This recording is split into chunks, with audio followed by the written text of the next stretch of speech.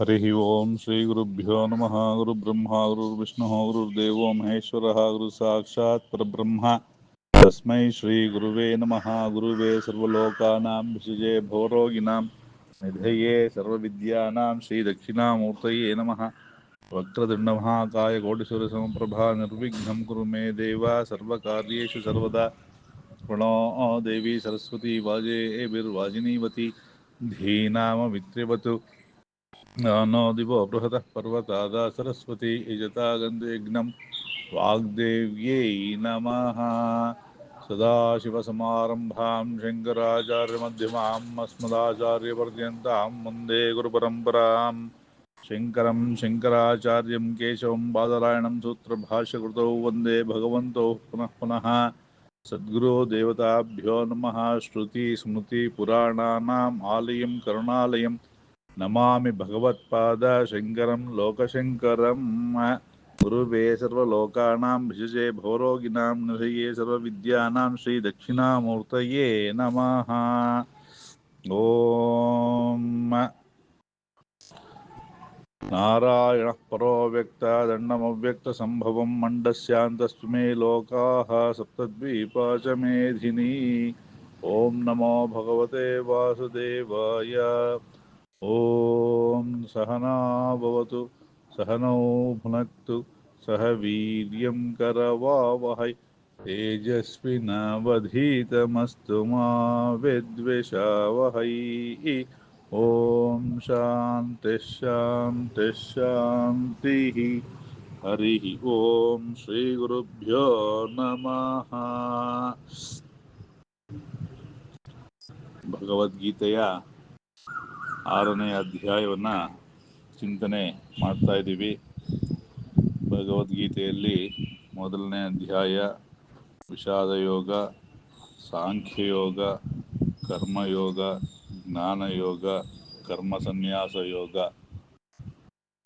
ಈಗ ಆತ್ಮ ಸಂಯಮ ಯೋಗ ಅಥವಾ ಧ್ಯಾನ ಯೋಗವನ್ನು ಚಿಂತನೆ ಮಾಡೋದಕ್ಕೆ ಹೊರಟಿದ್ದೀವಿ. ಹಿಂದೆ 10 ಶ್ಲೋಕ ತನಕ ಆಗಿತ್ತು. ಈಗ 11ನೇ ಶ್ಲೋಕದಿಂದ ನೋಡೋಣ. ಶುಚೌ ದೇಶೇ ಪ್ರತಿಷ್ಠಾಪ್ಯ ಸ್ಥಿರಮಾಸನಮಾತ್ಮನಃ ನಾತ್ಯುಚ್ಛ್ರಿತಂ ನಾತಿ ನೀಚಂ ಚೈಲಾಜಿನಕುಶೋತ್ತರಂ. ಯಾವ ರೀತಿಯಾಗಿ ನಾವು ಕೂತ್ಕೊಳ್ತಕ್ಕಂತಹ ಜಾಗ ಮತ್ತೆ ಆಸನ, ಇದ್ರ ಬಗ್ಗೆ ಈ ಶ್ಲೋಕದಲ್ಲಿ ಶ್ರೀಕೃಷ್ಣ ಹೇಳ್ತಾ ಇದ್ದಾನೆ. ಶುಚೌ ದೇಶೆ, ನಾವು ಕೂತ್ಕೊಳ್ತಕ್ಕಂತಹ ಜಾಗ ಶುಚಿಯಾಗಿರಬೇಕು. ಅಂದರೆ ಅಲ್ಲಿ ಕಲ್ಲು ಮುಳ್ಳು ಇತ್ಯಾದಿಗಳಾಗಲಿ ಅಥವಾ ಯಾವುದಾದ್ರೂ ವಾಸನೆಗಳು, ದುರ್ವಾಸನೆ ಅಥವಾ ಹೆಚ್ಚಿನ ಸುವಾಸನೆ ಯಾವುದೂ ಇರಬಾರ್ದಲ್ಲಿ, ಶುಚಿಯಾಗಿರಬೇಕು. ಯಾವುದೇ ಆದ್ರೂ ವಾಸನೆ ಅಂತಕ್ಕಂಥದ್ದು ನಮಗೆ ಕಾನ್ಸಂಟ್ರೇಟ್, ಏಕಾಗ್ರತೆ ಇಂದ ನಾವು ಕೂತ್ಕೊಂಡು ಧ್ಯಾನ ಮಾಡೋದಕ್ಕೆ ಆಗೋದಿಲ್ಲ. ಹಾಗಾಗಿ ಸ್ಥಳ ಮೊಟ್ಟ ಮೊದಲನೇದಾಗಿ ಶುಚಿಯಾಗಿರಬೇಕು. ಅಲ್ಲಿ ಕೂತ್ಕೊಂಡು ಪ್ರತಿಷ್ಠಾಪ್ಯ ಅಂದರೆ ನಾವು ಅಲ್ಲಿ ಶುಚಿಯಾದ ಸ್ಥಳದಲ್ಲಿ ಕೂತ್ಕೊಂಡು ಸ್ಥಿರಂ ಆಸನಂ ಆತ್ಮನಃ, ಸ್ಥಿರವಾಗಿರಬೇಕು ಆಸನ. ಯಾಕೆ? ಅದು ಅಲ್ಲಾಡ್ತಾ ಇದ್ರೆ ನಾವು ಕರೆಕ್ಟಾಗಿ ಕೂತ್ಕೊಳ್ಳೋಕ್ಕಾಗತ್ತಾ? ಕಾನ್ಸಂಟ್ರೇಟ್ ಮಾಡೋಕ್ಕಾಗತ್ತಾ? ಏಕಾಗ್ರತೆ ಬರೋದಿಲ್ಲ. ಯಾವಾಗ ಬಿದ್ದೋಗ್ತೀವೋ ಅನ್ನೋ ಥರದಲ್ಲಿ ಅದ್ರ ಬಗ್ಗೆ ಗಮನ ಇರುತ್ತೆ. ಹಾಗೆ ಸ್ಥಿರ ಭದ್ರಾಸನ, ಸ್ಥಿರ ಅಂದರೆ ಭದ್ರಾಸನ, ಆಸನ ಗಟ್ಟಿಯಾಗಿರಬೇಕು ಕೂತ್ಕೊಳ್ಳೋದಕ್ಕೆ. ಈ ಟೆಂಟ್ ಹೌಸ್ ಚೇರ್ಗಳಲ್ಲಿ ಕೂತ್ಕೊಂಡಾಗೆ ಅದು ಯಾವ ಮುರಿದೋದ ಗೊತ್ತಾಗಲ್ಲ, ಆ ಥರ ಇರಬಾರ್ದು. ಸ್ಥಿರವಾಗಿರಬೇಕು ಆಸನ. ಮತ್ತು ಅತಿ ಉಚ್ಛಿತಂ, ಎತ್ತರದಲ್ಲಿ ಕೂತ್ಕೊಳ್ಬಾರ್ದು ಅಥವಾ ಕೆಳಗಡೆ ಯಾವುದೋ ಹಳ್ಳದಲ್ಲಿರೋದ್ರಲ್ಲಿ ಕೂತ್ಕೊಳ್ಬಾರ್ದು. ಯಾಕೆಂದರೆ ಹಳ್ಳದಲ್ಲಿ ಥರ ಇರೋದು ಕೂತ್ಕೊಂಡ್ರೆ ಅಲ್ಲಿ ಸೊಳ್ಳೆ ಅಥವಾ ಸಣ್ಣ ಸಣ್ಣ ಕ್ರಿಮಿಗಳು ಇತ್ಯಾದಿಗಳು ಬಂದು ನಮಗೆ ತೊಂದರೆ ಕೊಡುತ್ತೆ. ಹಾಗಾಗಿ ಸಮತಟ್ಟಾಗಿರ್ತಕ್ಕಂತಹ ಪ್ರದೇಶ, ಸ್ವಲ್ಪ ಎತ್ತರದಲ್ಲಿರಬೇಕು, ಜಾಸ್ತಿ ಎತ್ತರದಲ್ಲಿರಬಾರ್ದು, ಸ್ವಲ್ಪ ಎತ್ತರದಲ್ಲಿರ್ತಕ್ಕಂತಹ ಸ್ಥಳದಲ್ಲಿ ಭದ್ರವಾದ ಆಸನ ಹಾಕ್ಕೊಂಡು ಅದ್ರ ಮೇಲೆ ಬಟ್ಟೆ, ಚರ್ಮ ಮತ್ತು ದರ್ಬೆ ಇವನ್ನ ಹಾಕ್ಕೊಳ್ಬೇಕು ಅಂತ ಹೇಳಿದ್ದಾರೆ. ಚರ್ಮ ಅಂತಂದರೆ ಹಿಂದಿನ ಕಾಲದಲ್ಲಿ ಭಾಳ ಹಿಂದಿನ ಸನ್ಯಾಸಿಗಳು ಅವರೆಲ್ಲ ಕೃಷ್ಣಾಜಿನ ಜಿಂಕೆ ಚರ್ಮ, ಹುಲಿ ಚರ್ಮ, ಚಿರತೆದು ಈ ಥರದ್ದು ಹಾಕೊಳ್ತಾರೆ. ಯಾಕೆಂದರೆ ಅದರಲ್ಲಿ ಮೇಲೆ ಕೂತ್ಕೊಂಡಾಗ ನಮ್ಮ ಒಂದು ಆ ಜಪದ ಸಿದ್ಧಿ ಬೇಗ ಆಗತ್ತೆ ಅಂತ ಹೇಳಿ ಶಾಸ್ತ್ರದಲ್ಲಿ ಹೇಳ್ತಾರೆ. ಹಾಗಾಗಿ ಕೃಷ್ಣಾಜಿನ ಹೆಚ್ಚಾಗಿ ಜಿಂಕೆ ಚರ್ಮವನ್ನು ಉಪಯೋಗಿಸ್ತಾ ಇದ್ರು. ಆ ಆಸನದಲ್ಲಿ ಕೂತ್ಕೊಂಡಾಗ ನಮಗೆ ಇನ್ನೂ ನಾವು ಮಾಡ್ತಕ್ಕಂತಹ ಜಪಕ್ಕೆ ಅಥವಾ ಧ್ಯಾನಕ್ಕೆ ಹೆಚ್ಚಿನ ಫಲ ಕೊಡುತ್ತೆ ಅಂತ ಹೇಳಿ ಇದೆಲ್ಲ ಹಾಕೊಂಡಾಗ ಏನಾಗುತ್ತೆ, ನಾವು ಆರಾಮಾಗಿ ಕೂತ್ಕೊಳ್ಳೋದಕ್ಕಾಗತ್ತೆ. ಫಸ್ಟು ನಮ್ಮ ದೈಹಿಕವಾಗಿ ಕೂತ್ಕೊಳ್ಳೋದಕ್ಕೆ ಆರಾಮದಾಯಕವಾಗಿರಬೇಕು. ಯಾವುದೇ ಒತ್ತಡಗಳು, ನೋವು ಇದ್ದಾಗ ಹೆಚ್ಚಿಗೆ ಕೂತ್ಕೊಳ್ಳೋದಕ್ಕೆ ಆಗಲ್ಲ. ಸುಖಾಸನದಲ್ಲಿ ಕೂತ್ಕೊಳ್ಬೇಕು ಅಂತ ಹೇಳ್ತಾರೆ. ಕೆಲವರಿಗೆ ಪದ್ಮಾಸನ ಸುಖ ಅನಿಸಿದ್ರೆ ಕೆಲವರಿಗೆ ವಜ್ರಾಸನ ಸುಖ ಅನಿಸ್ಬೋದು. ಇನ್ನು ಕೆಲವರಿಗೆ ಕುಕ್ಕುಟಾಸನ ಅಂತಂದರೆ ಈ ಟಾಯ್ಲೆಟ್ ಕೂತ್ಕೊಳ್ತೇವಲ್ಲ ಆ ಥರದಲ್ಲಿ ಕೂತ್ಕೊಳ್ಳೋದು, ಅದು ಕುಕ್ಕುಟಾಸನ ಅಂತ ಹೇಳಿ. ಯಾರಿಗೆ ಯಾವುದು ಆಸನ ಸುಖ ಅನಿಸುತ್ತೋ ಆ ಆಸನದಲ್ಲಿ ಕೂತ್ಕೊಳ್ಳೋದು, ಸ್ಥಿರವಾಗಿ ಕೂತ್ಕೊಳ್ಬೇಕು ಅಂತ ಹೇಳಿ. ಆಸನ ಈ ಥರ ಇರಬೇಕು, ಪ್ರದೇಶ ಈ ಥರ ಇರಬೇಕು ಅಂತೆಲ್ಲಾನು ಶ್ರೀಕೃಷ್ಣ ನಮಗೆ ಈ ಶ್ಲೋಕದಲ್ಲಿ ವಿವರಣೆಯನ್ನು ಕೊಟ್ಟಿದ್ದಾನೆ. ಕೂತ್ಕೊಂಡಾಯ್ತು ಅಂದಮೇಲೆ ನೆಕ್ಸ್ಟ್ ಏನು ಮಾಡಬೇಕು ಅಂತ ಹೇಳಿ ಮುಂದಿನ ಶ್ಲೋಕದಲ್ಲಿ ಹೇಳ್ತಾ ಇದ್ದಾನೆ. ತತ್ರೈಕಾಗ್ರಂ ಮನಃ ಕೃತ್ವಾ ಯತಚಿತ್ತೇಂದ್ರಿಯ ಕ್ರಿಯಃ ಭವಿಷ್ಯಾಸನೆ ಯುಂಜ್ಯಾತ್ ಯೋಗಮಾತ್ಮವಿಶುದ್ಧಯೇ. ಕೂತ್ಕೊಂಡಾದ್ಮೇಲೆ ಏನು ಮಾಡಬೇಕು? ತಥಾ ಏಕಾಗ್ರಂ ಮನಃ, ಇದು ಬಹಳ ಮುಖ್ಯ. ಆಸನ ಏನೋ ಸಿದ್ಧ ಮಾಡ್ಕೊಳ್ಬೋದು, ಜಾಗ ಸ್ವಚ್ಛವಾಗಿರೋ ಜಾಗ ಹುಡುಕೊಳ್ಬೋದು, ಅಲ್ಲಿ ಎಲ್ಲಾನು ಹಾಕ್ಕೊಳ್ಬೋದು. ಆದರೆ ಈ ಮನಸ್ಸನ್ನ ಏಕಾಗ್ರತೆ ಮಾಡೋದಿದೆಯಲ್ಲ, ಅತ್ಯಂತ ಕಷ್ಟವಾಗಿರೋದು ಅಂದರೆ ಮನಸ್ಸನ್ನ ಏಕಾಗ್ರತೆಯನ್ನು ಮಾಡ್ತಕ್ಕಂಥದ್ದು. ಅದು ಮಾಡಿದ್ರೇ ಧ್ಯಾನ ಯೋಗ ಎಲ್ಲ ಮಾಡೋದಕ್ಕೆ ಆಗೋದು. ಏಕಾಗ್ರಂ ಮನಃಕೃತ್ವ, ಮನಸ್ಸನ್ನ ಕಾನ್ಸಂಟ್ರೇಷನ್ ಅಂತ ಹೇಳ್ತೀವಲ್ಲ, ಏಕಾಗ್ರತೆಯನ್ನು ಮಾಡಿಕೊಂಡು ಯದಚಿತ್ತೇಂದ್ರಿಯ ಕ್ರಿಯ, ಚಿತ್ತ ಮತ್ತು ಇಂದ್ರಿಯ. ಚಿತ್ತ ಅಂತಂದರೆ ಅದೇ ಮನಸ್ಸಿನ ವಿಕಾರಗಳು, ಮನೋಬುದ್ಧಿ ಅಹಂಕಾರ ಚಿತ್ತ ಅಂತ ಹೇಳ್ತಾರಲ್ಲ, ಅದಕ್ಕೆ ಮನಸ್ಸಿನ ವಿಕಾರಗಳೇ ಇವೆಲ್ಲ. ಹಾಗೆ ಚಿತ್ತವನ್ನು ಅಂದರೆ ಆ ಮನಸ್ಸಿನ ವಿಕಾರವಾದಂತಹ ಚಿತ್ತ, ಮನೋಬುದ್ಧಿ ಚಿತ್ತ ಅಹಂಕಾರ ಅಂತ ಇದೆಯಲ್ಲ, ಆ ಚಿತ್ತವನ್ನು ನಾವು ಏಕಾಗ್ರತೆಯನ್ನು ಮಾಡಿಕೊಂಡು, ಚಿತ್ತದಲ್ಲಿ ಏನಾಗಿರುತ್ತೆ,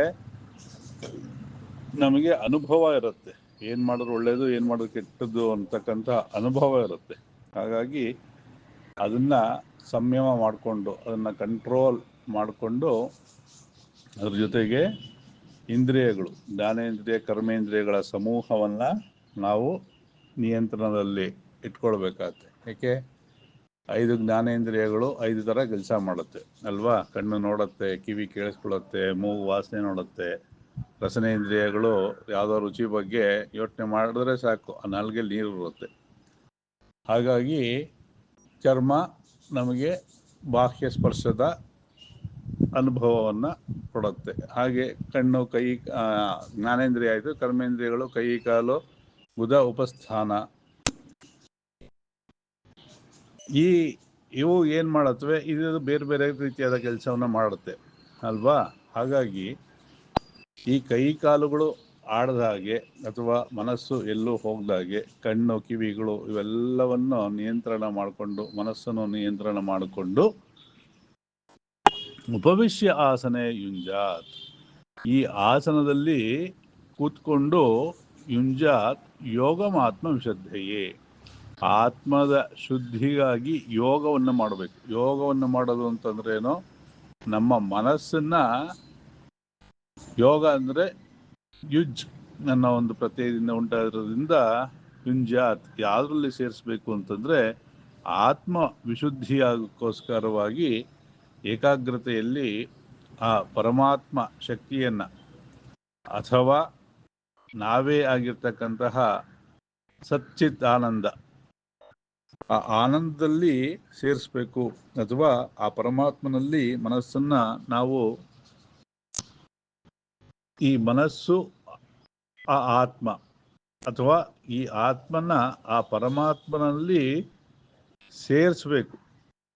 ಅಂದರೆ ಏಕಾಗ್ರತೆಯಿಂದ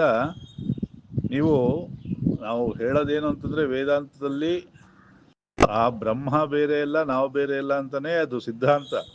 ಆದರೆ ಇಲ್ಲಿ ಅರ್ಥ ಮಾಡೋದಕ್ಕೋಸ್ಕರ ಬೇರೆ ಬೇರೆಯಾಗಿ ತೋರಿಸಿ ಹೇಳಬೇಕಾಗತ್ತೆ. ಹಾಗಾಗಿ ಆ ಸರ್ವಶಕ್ತನಲ್ಲಿ ನೀವು ಹೆಸರು ಏನೇ ಹೇಳಿ, ಕೃಷ್ಣ ಅನ್ನಿ, ಈಶ್ವರ ಅನ್ನಿ, ವಿಷ್ಣು ಅನ್ನಿ, ಏನೇ ಹೇಳಿ, ಆ ಚೇತನ, ಆ ಪರಮವಾದಂತಹ ಚೇತನದಲ್ಲಿ ಈ ಪ್ರತ್ಯೇಕ ಚೇತನವನ್ನ ಲೀನ ಮಾಡಬೇಕು. ಹೇಗೆ ಅಗ್ನಿಯಿಂದ ಒಂದು ಸಣ್ಣ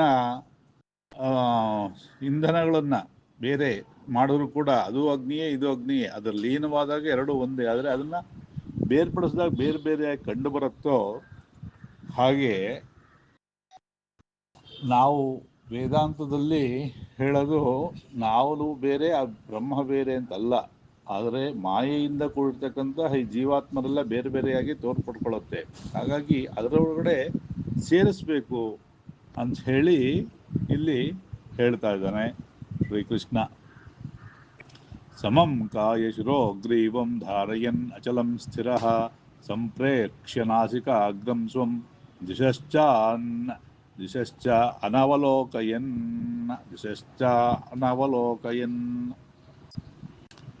ಇಲ್ಲಿ ಏನಾಯ್ತು? ಇದ್ರವರೆಗೂ ಆಸನ ಹೇಗಿರಬೇಕು, ಅದ್ರ ಮೇಲೆ ಹೇಗೆ ಕೂತ್ಕೊಳ್ಬೇಕು, ಇದೆಲ್ಲ ಆಯ್ತು.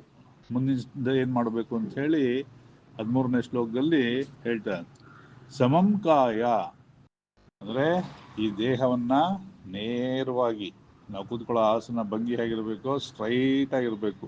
ಬೆನ್ನು ಮತ್ತೆ ಪದ್ಮಾಸನ ಅಥವಾ ಸುಖಾಸನ ಯಾವ್ದ್ರಲ್ಲಿ ಕೂತ್ಕೊಂಡಾಗ ಬೆನ್ನು ನೇರವಾಗಿರ್ಬೇಕು. ಕಾಯ ಅಂದ್ರೆ ದೇಹ ಅಂತ ಹೇಳಿ. ಶಿರೋಗ್ರೀವಂ, ಇದನ್ನ ಯಾಕೆ ಶಿರಸ್ಸು ಗ್ರೀವ ಬೇರೆ ಬೇರೆ ಮಾಡಿ ಹೇಳಿ ಅಂತಂದ್ರೆ, ನಮಗೆ ಸ್ಪಷ್ಟ ಆಗ್ಬೇಕು. ಬೆನ್ನು ನೇರವಾಗಿ ಇಟ್ಕೊಂಡ್ಬಿಡ್ತೀವಿ, ಕತ್ತು ಬಗ್ಗಿಸ್ಬಿಡ್ತೀವಿ, ಇಲ್ಲ ತಲೆ ಬಗ್ಗಿಸ್ಬಿಡ್ತೀವಿ ಅಂತಂದ್ರೆ ಆಗಲ್ಲ. ಅದು ಕೂಡ ನೇರವಾಗಿರ್ಬೇಕು ಅಂತ ವಿಶೇಷವಾಗಿ ತೋರಿಸ್ತಾ ಇದ್ದಾರೆ. ಗ್ರೀವ ಅಂತಂದ್ರೆ ಕಂಠದ ಭಾಗ, ಕುತ್ತಿಗೆ ಭಾಗ. ಮತ್ತೆ ತಲೆ, ಅದು ಕೂಡ ಮೇಲಕ್ಕೆ ಎತ್ತಿರೋದಾಗ್ಲಿ ಕೆಳಗೆ ಬಗ್ಸಿರೋದಾಗಲ್ಲ, ನೇರವಾಗಿ ಇಟ್ಕೊಂಡು ಅಚಲಂ ಸ್ಥಿರ, ಅಚಲವಾಗಿರ್ಬೇಕು. ಅಂದ್ರೆ ಚಲಿಸಬಾರ್ದು. ಏನ್ ಚಲಿಸಬಾರ್ದು? ಕೈ ಕಾಲು, ನಮ್ಮ ದೇಹ ಆ ಕಡೆ ಈ ಕಡೆ ವಾಲಾಡಬಾರ್ದು. ಈ ಕೆಲವರು ಶ್ಲೋಕ ಹೇಳ್ಬೇಕಾದ್ರೆ ಸ್ಕೂಲ್ಗಳಲ್ಲಿ ಅಥವಾ ಕೆಲವರು ಮಂತ್ರ ಹೇಳ್ಬೇಕಾದ್ರೆ ವಾಲಾಡ್ತಿರ್ತಾರೆ, ಮುಂದೆ ಹಿಂದೆ ಹಿಂದೆ ಮುಂದೆ. ಹಾಗೆಲ್ಲ ಮಂತ್ರ ಹೇಳ್ಬೇಕಾದ್ರೆ, ಧ್ಯಾನ ಮಾಡ್ಬೇಕಾದ್ರೆ ನೀವು ವಾಲಾಡಬಾರ್ದು. ಹಿಂದೆ ಮುಂದೆ ಹಿಂದೆ ಮುಂದೆ ಉಯ್ಯಾಲೆದ್ರೆ ತೂಗ್ತಾ ಇರ್ತಾರೆ, ತೂಗಬಾರ್ದು. ಸ್ಟ್ರೈಟ್ ಆಗಿ ಕೂತ್ಕೊಳ್ಬೇಕು. ಆ ಸ್ಟ್ರೈಟ್ ಆಗಿ ಕೂತ್ಕೊಂಡು ಹೇಳಿದಾಗಲೇ ನಮ್ಮ ನಾಡಿಗಳು, ಚಕ್ರಗಳು ಇದೆಯಲ್ಲ, ಅದು ಆಕ್ಟಿವೇಟ್ ಆಗೋದು. ಹಾಗೆ ಕೂತ್ಕೊಳ್ಬೇಕು. ಮಂತ್ರ ಹೇಳ್ಬೇಕಾರಾಗ್ಲಿ, ಶ್ಲೋಕ ಹೇಳ್ಬೇಕಾರಾಗ್ಲಿ ಹಿಂದೆ ಮುಂದೆ ಹಿಂದೆ ಮುಂದೆ ತೂಗಾಡ್ತಿರ್ತಾರೆ, ಹಾಗೆ ಮಾಡಬಾರ್ದು. ಅದಕ್ಕೆ ಅಚಲಂ ಸ್ಥಿರ ಅಂತ ಹೇಳಿ ಹೇಳ್ತಾ ಇದ್ದಾನೆ. ಅಚಲವಾಗಿ, ಚಲನೆ ಇಲ್ದೇನೆ ಸ್ಥಿರವಾಗಿ ಕೂತ್ಕೊಳ್ಬೇಕು. ಸಂಪ್ರೇಕ್ಷ ನಾಸಿಕಾಗ್ರಂ, ನಮ್ಮ ಮೂಗಿನ ತುದಿಯನ್ನ ನೋಡ್ತಾ ಮಾಡಬೇಕು ಅಂತ ಹೇಳಿ. ಯಾಕೆಂದ್ರೆ ಕಾನ್ಸಂಟ್ರೇಷನ್ ಬರಬೇಕು ಅಂತ ಹೇಳಿ. ನಮ್ಮ ಎರಡು ಹುಬ್ಬುಗಳ ಮಧ್ಯೆ ಆಜ್ಞಾಚಕ್ರ ಇದೆ. ಆ ಆಜ್ಞಾಚಕ್ರ ಆಕ್ಟಿವೇಟ್ ಆಗಬೇಕು ಅಂತಂದ್ರೆ ಒಂದೇ ಕಡೆ ನೋಡ್ತಾ ಇದ್ದಾಗ ಅದು ಜಾಗೃತಗೊಳ್ಳುತ್ತೆ ಅಂತ ಹೇಳಿ ಯೋಗಶಾಸ್ತ್ರ ಹೇಳುತ್ತೆ. ಹಾಗೆ ನೀವು ಮುಂಚೆ ಎಲ್ಲ ಚಿಕ್ಕ ವಯಸ್ಸಲ್ಲಿ ಮಾಡ್ತಾ ಇದ್ವಿ. ಒಂದು ಬೆಂಕಿ ಕಡ್ಡಿ ಇಟ್ಬಿಟ್ಟು ಅದ್ರ ಮೇಲೆ ಮಸೂರ ಲೆನ್ಸ್ ಇಟ್ಟು ಸೂರ್ಯನ ಬೆಳಕನ್ನು ಅದ್ರ ಮೇಲೆ ಒಂದೇ ಕಡೆ ಕರೆಕ್ಟಾಗಿ ಬೀಳ್ತಾ ಇರ್ತಾರ ಇಟ್ಕೊಂಡಾಗ ಅಲ್ಲಾಡಿಸ್ದೆ ಆ ಮಸೂರವನ್ನ ಒಂದು ಸ್ವಲ್ಪ ಹೊತ್ತಿಗೆ ಆ ಬೆಂಕಿ ಕಡ್ಡಿ ಹತ್ಕೊಂಡ್ಬಿಡೋದು. ಯಾಕೆಂದ್ರೆ ಆ ಬಿಸಿ ಒಂದೇ ಸಮ ಅದ್ರ ಮೇಲೆ ಬೀಳ್ತಾ ಇದ್ದಾಗ ಏನಾಗುತ್ತೋ ಆ ಬೆಂಕಿ ಕಡ್ಡಿ ಹತ್ಕೊಳ್ಳೋದು. ಸುಮಾರು ಜನ ಮಾಡಿರ್ಬೋದು, ಜ್ಞಾಪಕ ಇರ್ಬೋದು. ಹಾಗೆ ನೀವು ಸ್ಥಿರವಾಗಿ ಕೂತ್ಕೊಂಡು ಧ್ಯಾನವನ್ನು ಮಾಡ್ತಾ ಮಾಡ್ತಾ ಆಜ್ಞಾಚಕ್ರ ಚುರುಕುಗೊಂಡು ನಮಗೆ ಜ್ಞಾನ ಉಂಟಾಗತ್ತೆ. ಹಾಗಾಗಿ ನಾಸಿಕಾಗ್ರವನ್ನು ನೋಡ್ತಾ ಆ ಉಸಿರಾಟದ ಮೇಲೆ ಗಮನವನ್ನು ಇಟ್ಕೊಂಡು ಮಾಡ್ತಾ ಮಾಡ್ತಾ ಮಾಡ್ತಾ ಮಾಡ್ತಾ ಏನಾಗುತ್ತೆ, ನಮ್ಮ ಮನಸ್ಸು ನಿಗ್ರಹವನ್ನ ಹೊಂದುತ್ತೆ. ಸ್ವಂ ದಿಶಶ್ಚಾನ್ ಅನವಲೋಕಯನ್, ನಾವು ಬೇರೆ ದಿಕ್ಕುಗಳನ್ನ ನೋಡ್ತಾ ಮಾಡೋದಲ್ಲ. ಇಲ್ಲಿ ನಾಸಿಕಾಗ್ರವನ್ನೇ ನೋಡಬೇಕು ಅಂತ ಹೇಳೋದು ವಿಶೇಷವಾಗಿ ಅದಕ್ಕೇನೆ. ಇಲ್ಲೂ ಆ ಕಡೆ ಈ ಕಡೆ ಕಣ್ಣುಗಳು ಹೋಗಬಾರ್ದು ಅಂತ ಹೇಳಿ. ಯಾಕೆಂದ್ರೆ ನಾವು ಕಣ್ಣಿಗೆ ಏನೋ ವಿಷಯ ಕಾಣಿಸ್ತು ಅಂತಂದ್ರೆ ಮನಸ್ಸು ದಿಕ್ಕಾಪಾಲಾಗ್ಬಿಡತ್ತೆ, ನಿಗ್ರಹ ಮಾಡೋಕ್ಕಾಗಲ್ಲ. ಅಥವಾ ಕಿವಿಗೆ ಏನಾದ್ರು ವಿಷಯ ಬಿತ್ತು ಅಂದರೆ ನಿಗ್ರಹ ಮಾಡೋಕ್ಕಾಗಲ್ಲ. ಹಾಗಾಗಿ ಏಕಾಂತ ಸ್ಥಳದಲ್ಲಿ ಕೂತ್ಕೊಳ್ಬೇಕು, ಮೂಗಿನ ತುದಿಯನ್ನು ನೋಡ್ತಾ ನಾವು ಧ್ಯಾನವನ್ನ ಮಾಡಬೇಕು ಅಂತ ಹೇಳಿ ಹೇಳ್ತಾ ಇದ್ದಾರೆ. ಮುಂದೆ ಪ್ರಶಾಂತಾತ್ಮ ವಿಗತಭೀರ್ ಬ್ರಹ್ಮಚಾರಿ ವ್ರತೆ ಸ್ಥಿತಃ ಮನಃ ಸಂಯಮ ಮಚ್ಚಿತ್ತೋ ಯುಕ್ತ ಆಸೀತ ಮತ್ಪರಃ. ಪ್ರತಿಯೊಂದು ಹಂತನೂ ಕೂಡ ಮುಖ್ಯವೇ ಅಲ್ವಾ. ಮನಸ್ಸನ್ನ ನಿಗ್ರಹ ಮಾಡೋದು ಕಷ್ಟ. ಪ್ರಶಾಂತಾತ್ಮ, ನಮ್ಮ ಮನಸ್ಸಿನಲ್ಲಿ ಯಾವುದೇ ಉದ್ವೇಗ ಇರಬಾರ್ದು, ಹರ್ಷವೂ ಇರಬಾರ್ದು, ಭೀತಿಯೂ ಇರಬಾರ್ದು. ಅದನ್ನ ಹೇಳ್ತಾರೆ ವಿಗತ ಭೀಹಿ. ಭೀಹಿ ಅಂದ್ರೆ ಭಯರಹಿತನಾಗಿ, ಅಥವಾ ಯಾವುದೋ ಆನಂದದಲ್ಲಿದ್ದಾಗಲೂ ನಾವು ಏಕಾಗ್ರತೆ ಮಾಡೋಕ್ಕಲ್ಲ. ಮನಸ್ಸು ಸಮಾಧಾನವಾಗಿರ್ಬೇಕು, ನಿಂತ ನೀರಿನ ಥರ ಇರಬೇಕು. ಅಂದ್ರೆ ಪ್ರಶಾಂತವಾಗಿದೆ ಅಂತ. ಹರಿತಾರ ನೀರು ಅಂತಂದ್ರೆ ಅದ್ರಲ್ಲಿ ರಭಸ ಇರುತ್ತೆ, ನಿಂತಿರೋ ನೀರಲ್ಲಿ ರಭಸ ಇರೋದಿಲ್ಲ ಅಲ್ವಾ. ಹಾಗೆ ಮನಸ್ಸನ್ನ ಸ್ಥಿರವಾಗಿ ನಿಲ್ಲಿಸ್ಕೊಂಡು ವಿಗತ ಭೀಹಿ, ಭಯವೂ ಇಲ್ಲದೆ, ಹರ್ಷ ದುಃಖ ಉದ್ವೇಗ ಯಾವುದು ಇಲ್ಲದೇ ಇರೋ ಸ್ಥಿತಿನಲ್ಲಿ ಬ್ರಹ್ಮಚಾರಿ ವ್ರತೆ ಸ್ಥಿತ. ಬ್ರಹ್ಮಚಾರಿ ಅಂತಂದ್ರೆ ಚರತೆ ಇತಿ, ಬ್ರಹ್ಮನ ಜೊತೆಗೆ ಚರತೆ, ಚಲಿಸೋದು ಅಂದ್ರೆ ಅವನ ಜೊತೆಗೆ ಚಲಿಸೋದು ಅಂತಂದ್ರೆ ಅವನು ಬರ್ತಾನ, ಅವನು ವಾಕಿಂಗ್ ಬರ್ತಾನ, ಅವನು ಹಾಗಲ್ಲ. ಅವನಲ್ಲಿ ನಮ್ಮ ಮನಸ್ಸನ್ನ ಇಟ್ಕೊಂಡು ಬ್ರಹ್ಮಚಾರಿ ವೃತ್ತದಲ್ಲಿ ಇರುವನಾಗಿ ಅಂತಂದ್ರೆ ಬ್ರಹ್ಮಚರ್ಯವನ್ನ ಆಚರಿಸ್ಬೇಕು ಅಂತ. ಅಂದ್ರೆ ಶುದ್ಧಾತ್ಮನಾಗಿ ಇರಬೇಕು, ಬೇರೆ ಯಾವುದೇ ಲೌಕಿಕ ಆಸೆ ಆಕಾಂಕ್ಷೆಗಳು ಇಲ್ಲದೆ ಇರ್ತಕ್ಕಂಥ ಒಂದು ಮಾನಸಿಕ ಸ್ಥಿತಿಯನ್ನು ಇಟ್ಕೊಂಡು ಮನಸ್ಸಂಯಮ್ಯ ಮಚ್ಚಿತ್ತೋ, ಮನಸ್ಸನ್ನ ಸಂಯಮ ಮಾಡಿಕೊಂಡು, ಅಂದ್ರೆ ಅದನ್ನ ಕಂಟ್ರೋಲ್ ಇರಬೇಕು, ಡಿಸಿಪ್ಲಿನ್ ಆಗಿ ಆ ಕಡೆ ಈ ಕಡೆ ಹೋಗದಾಗೆ ಕಂಟ್ರೋಲ್ ಮಾಡಿಕೊಂಡು, ಮಚ್ಚಿತ್ತೋ ಯುಕ್ತ ಆಸೀತ ಮತ್ಪರಃ. ಆ ಚಿತ್ತ, ನಮ್ಮ ಮನಸ್ಸಿದೆಯಲ್ಲ, ಅದು ಏನಾಗಬೇಕು, ಆ ಬ್ರಹ್ಮದಲ್ಲೇ ಲೀನವಾಗಿರಬೇಕು. ಅಂತಹ ಒಂದು ಮನಸ್ಸನ್ನೆಲ್ಲ ಹಿಡಿತದಲ್ಲಿ ಇಟ್ಕೊಂಡು ಯಾರು ಇರ್ತಾನೋ ಅವನು ಯುಕ್ತ ಅಂತ ಹೇಳಿ ಹೇಳ್ತಾ ಇದ್ದಾರೆ.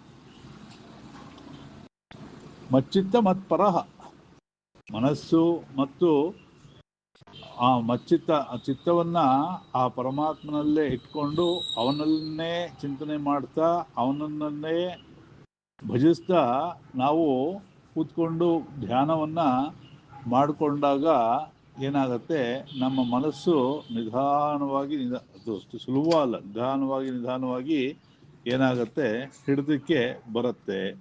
ಹಿಡಿತಕ್ಕೆ ಬಂದಾಗ ತಾನೆ ನಾವು ಏನಾದರೂ ಸಾಧನೆ ಮಾಡೋಕ್ಕಾಗೋದು. ಮನಸ್ಸು ಫಸ್ಟ್, ನಿಮ್ಮ ಮನಸ್ಸರಿಲ್ಲ ಅಂದ್ರೆ ಲೌಕಿಕ ಕೆಲಸವನ್ನೇ ಸರಿಯಾಗಿ ಮಾಡೋದಕ್ಕಾಗೋದಿಲ್ಲ. ಅಂಥದ್ರಲ್ಲಿ